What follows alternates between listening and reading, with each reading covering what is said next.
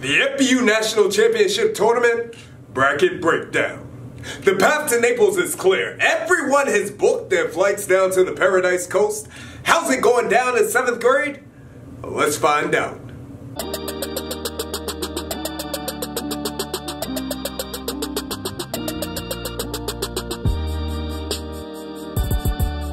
What up, my people? I'm Chad Ricardo. Thank you for joining me for the FBU National Championship Tournament Bracket Breakdown. We're talking about the 7th grade. I've got 4 coaches on deck and they are ready to chop it up. The first matchup that caught my eye though was GFL Kentucky.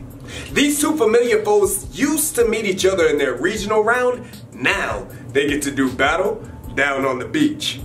Both of these two teams are star-studded. Coach Gant took his young men deep into the tournament last year. I personally cannot wait to see this matchup between GFL and Kentucky. Speaking of teams that went far though, Team Tampa won the whole daggone thing at both the 6th and 7th grade levels. Last time we saw Team Director Damon Radcliffe, we were handing him the hardware. He joins me now. Coach, I wasn't personally there to watch it, but I heard your 7th grade squad was nothing short of spectacular all weekend long. Yeah, they're electrifying. They can score at any given moment.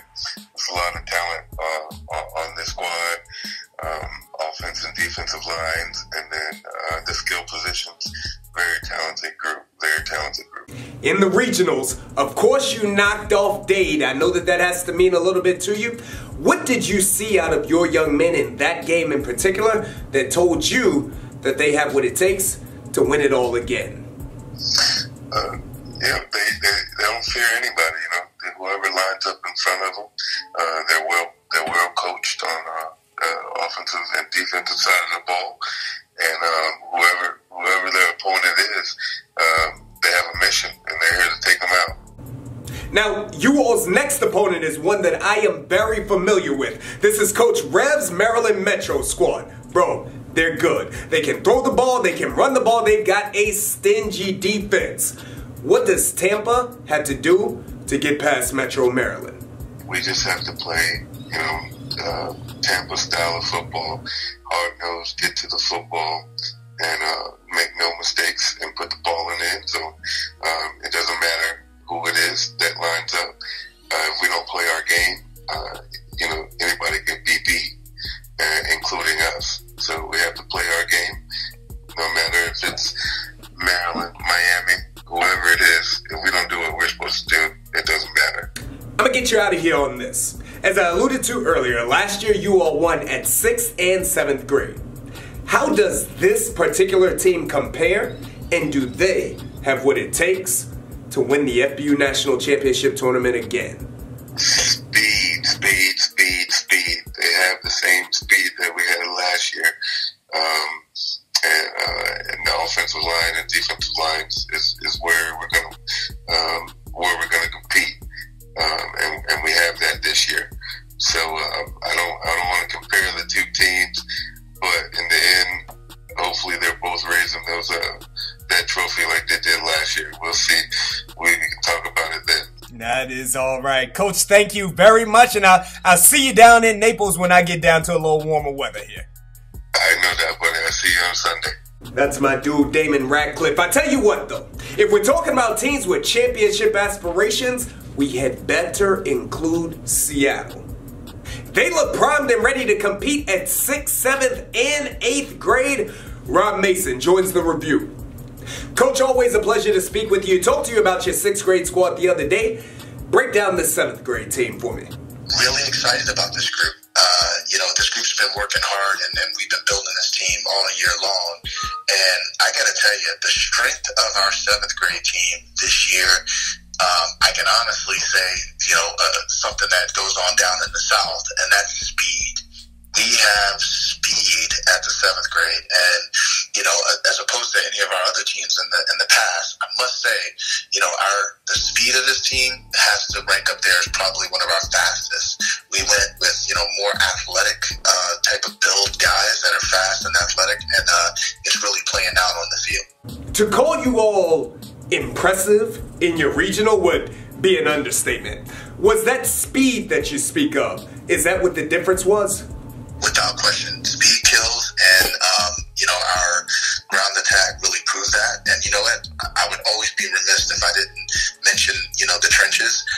With that being said, our O-line, is paving the way, but the speed behind those guys is just crazy right now, and we're really excited about that. Now you're headed down to Naples. A bit of a traditional matchup is on deck for you. Another West Coast team. My man Freddie Ortega's OC Orange County is going to be your next opponent.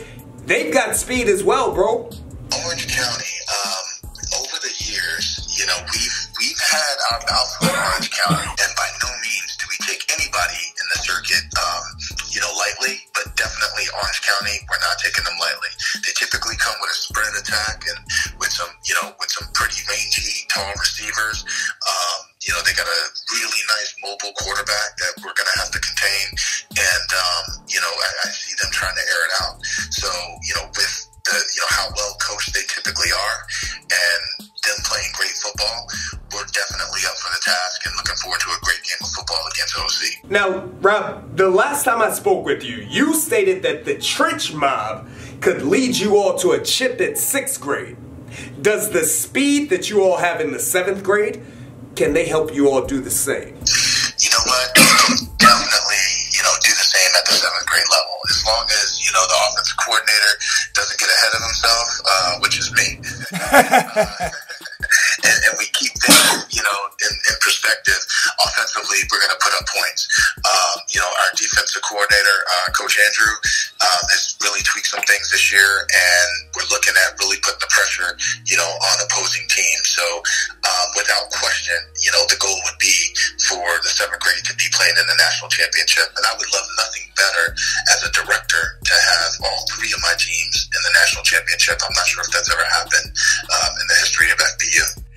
I believe that it's happened once years ago. I believe that was Dallas, but hey, we would love to see it happen again, Coach. You got it. All right. We would want to join Dallas in that for sure. I will see you down on the Paradise Coast. All right. See you in the sun, my friend. My main man Rob Mason and Team Seattle essentially looking for 3 crowns at the FBU National Championship Tournament. Want to shed some light on a few young men who are up for a prestigious award. We like to call it the Heisman of youth football. The Cabot Award will be presented during championship week. Here are the young men that are up for it. Daniel Demery of Texas, Brandon Ennis of Florida, DeAndre Moore of California, Caden Moorman of Kentucky, and Cole Asanubi of Massachusetts. Good luck to each and every one of you. You've had dynamic seasons thus far. Continue being excellent student athletes.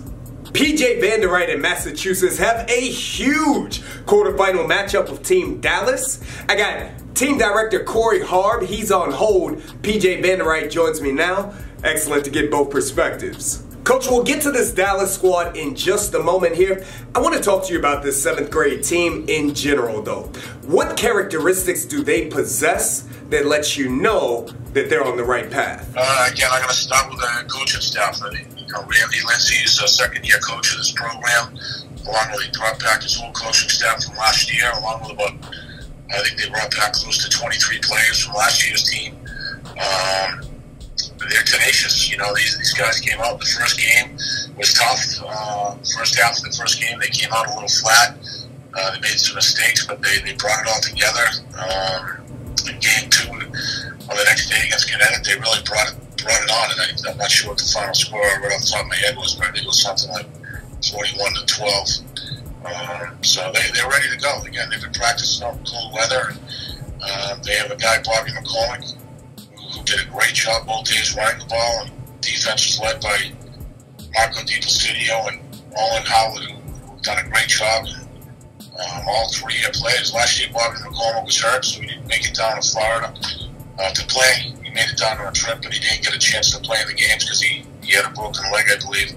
But this year, we're healthy. We got a great team looking to do some damage down in Florida. You, sir, are no stranger to the quarterfinals. I mean, you're basically down here along the Paradise Coast every single year. When you look at the teams that have done well, how does this squad stack up to your previous? I think after watching the first game, I was a little doubtful, but then when they played against Connecticut, I hadn't really watched them practice that much because I'm too busy coaching the 8th grade team. But they really showed up, and I watched them practice the other night, and I think they're ready to bring it. You know, they're tough, they're big, they're fast, and they're disciplined. So I think they can play with anyone. Okay, your program brings 3 teams down to Naples. Dallas's program brings 3 teams down to Naples. It is a matchup of epic proportions. PJ, how do you see this one panning out? I think it's going to be a great battle. I think based on what I heard about Dallas and my Massachusetts team, we're very compatible, and I think it's going to be a dogfight right to the end. All right, I cannot wait for that matchup. PJ, thank you very much. I'll see you down on the Paradise Coast. You got it, Chad.